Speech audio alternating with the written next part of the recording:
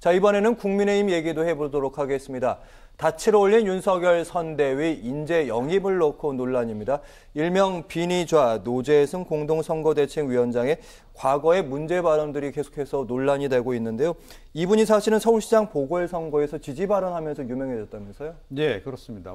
커피 편집샵 대표로 지금 알려져 있는데 오세훈 시장 유세 때 이제 지원 연설을 하면서 그때 이제 연설 내용이 상당히 공감대를 좀 유발을 해서 이제 그때부터 좀 유명해졌다 해요.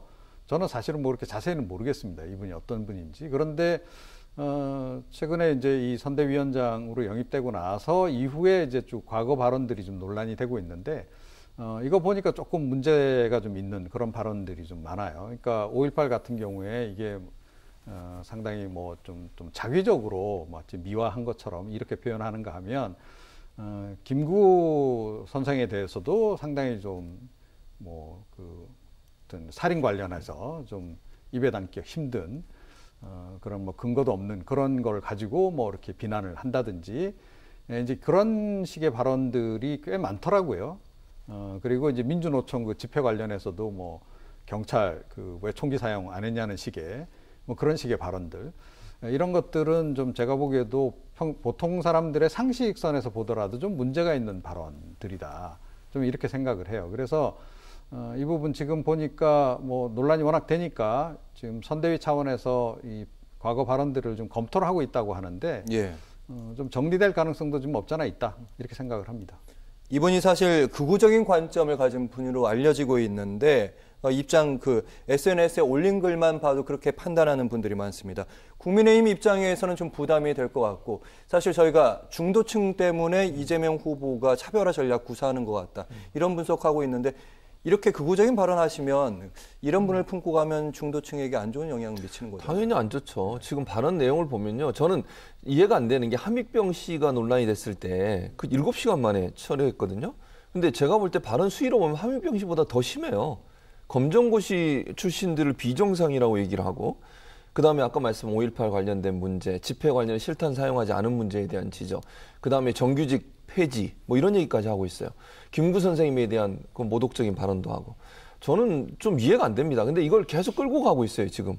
계속 검토하겠다고 하는데 그러면서 했던 해명도 저는 좀 이해가 안 됩니다. 저분이 직접 선대위 자리에 나와가지고 했던 말이 있어요. 뭐라는 줄 아세요? 공직에 오기 전에, 즉 이 선대위원장 오기 전에 했던 말이기 때문에 이제부터는 그런 말 안 하겠습니다는 얘기예요. 그러면 지금까지 논란이 돼서 영입인사 중에 논란이 돼서 다 그만두신 분들 이런 분들 다 현직에 있을 때 했습니까? 선대위원장 되고 나서 한 얘기로 가지고 그렇게 된 겁니까? 다 그 전에 했던 얘기들이에요. 조동현 교수도 이제 어쨌든 그렇게 돼서 그만두게 되셨고, 함익병 씨도 그렇고, 그 전에 영입하려고 했던 많은 사람들의 논란은 이분들이 그 자리에 오기 전에 했던 발언과 글, 그런 것들 때문에 다 그렇게 된 겁니다. 근데 유난히 이 노재승 씨에 대해서는 왜 국민의힘이 적극적으로 처리를 안 하고 있는지 저는 이해가 안 되고요. 저는 시간이 끌면 끌수록 국민의힘의 마이너스라고 생각해요. 이게 무슨 도움이 되겠습니까? 이거 논란만 계속 커질 수밖에 없고요. 지금 보니까요. 오늘도 보니까 SNS는 점점 이분의 발언들을 더 많이 찾아내고 있어요. 지금. 여기서 끝나지 않을 것 같고 제가 볼 때는 계속 더 나올 것 같거든요. 근데 이분이 계속 써놓은 거 사라지지도 않습니다. 요즘 SNS에 올려놓으면. 그렇죠.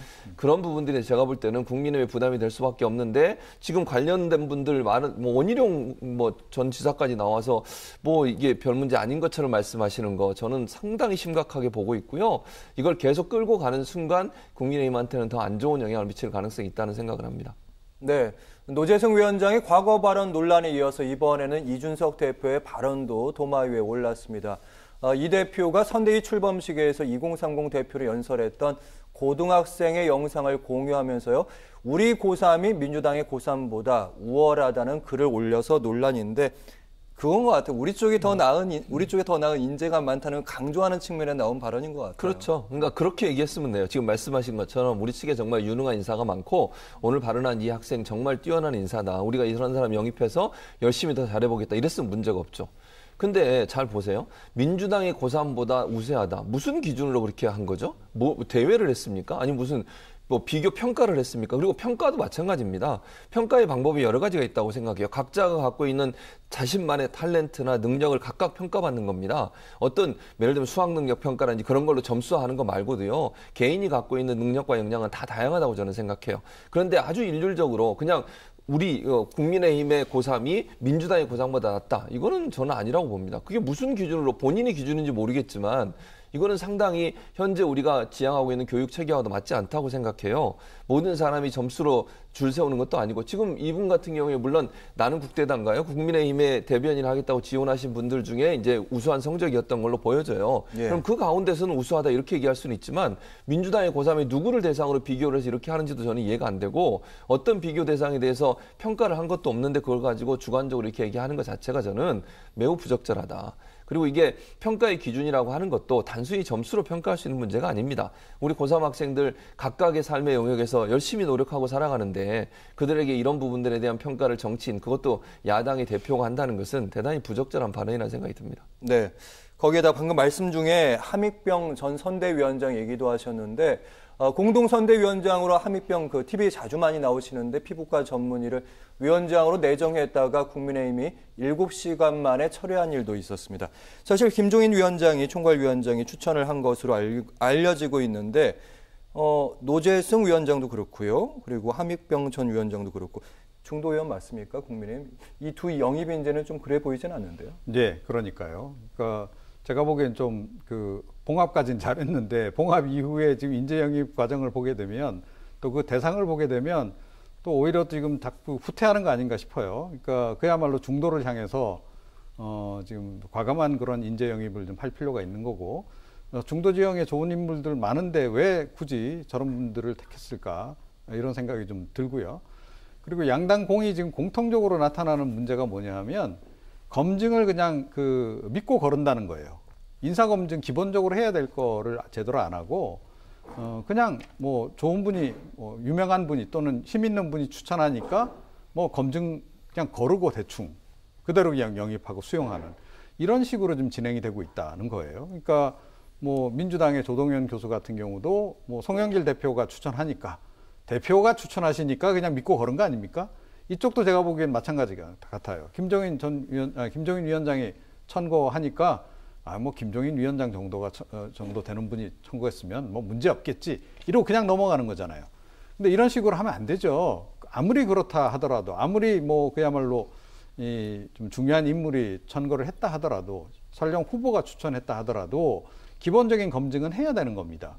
제가 보기에 이 검증이 그렇게 어려운 검증 대상들도 아니에요. 지금 논란되고 있는 거 보면 뭐 조금만 인터넷 뒤져보고 하면 다 확인이 가능한 정도의 그런 굉장히 가벼운 수준의 어떤 그 평판조사 이런 것도 제대로 안 하고 영입을 지금 마구잡이로 지금 하려고 하는 것.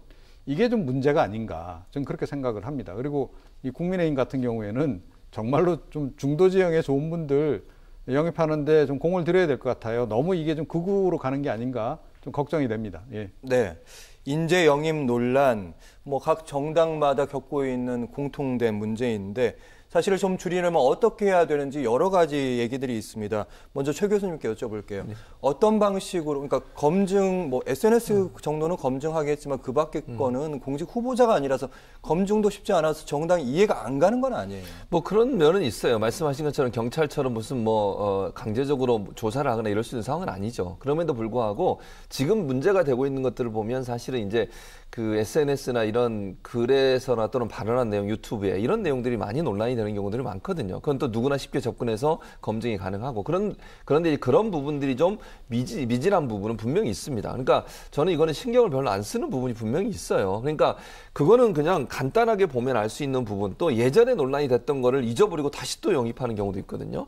그러니까 이제 예를 들면 조동현 교수 같은 경우는 조금 어려운 부분이 있었을 거예요. 그거는 개인의 내밀한 사생활의 문제이기 때문에 그럴 수 있지만 그게 아니고 이렇게 일반적으로 우리가 어디든지 공개된 부분들에 대해서는 검증이 돼야 돼요. 그래야. 근데 이제 문제는 뭐냐면 만약에 그렇게 검증이 안 돼서 들어왔을 경우에 그 후폭풍이 너무 크다는 거예요. 그러니까 정당 같으면 지금 국민의힘이나 민주당이나 영입 인사 때문에 엄청난 내용을 겪고 있고 또 국민들이나 양쪽에서 공격을 하잖아요. 그 부분에서 왜 그런 사람을 영입했냐라고.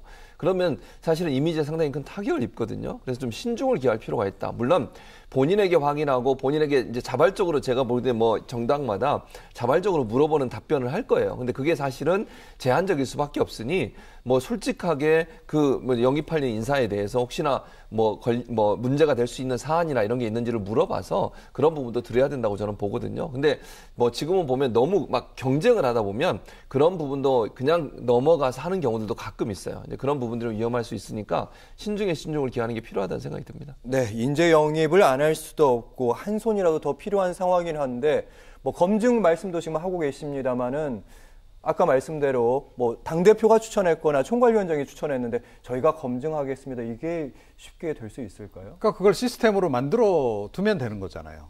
예, 그러니까 누구든 인재 영입을 할 경우에는 누군가 추천을 받게 되면 그 사람에 대해서는 기본적인 검증은 이러이러한 절차에 따라서 한다. 그리고 이런 조직에서 한다. 이게 있으면 되는 거잖아요. 그러니까 지금 뭐 예를 들어 공천 심사할 때도 여야 할 거 없이 다 경찰 도움 받고 해요. 예, 뭐 과거에 뭐 어떤 그 형사 사건 관련한 그런 기록이 있는지 이런 거 다 이제 경찰 쪽 요청하면 경찰에서 다 기본적인 거 해주거든요. 이제 그런 것부터 시작해서 그러니까 시스템이 없는 게 아니에요. 제가 보기엔 있는데 당 안에 지금 다 있는데 지금 이게 작동을 안 하는 거죠.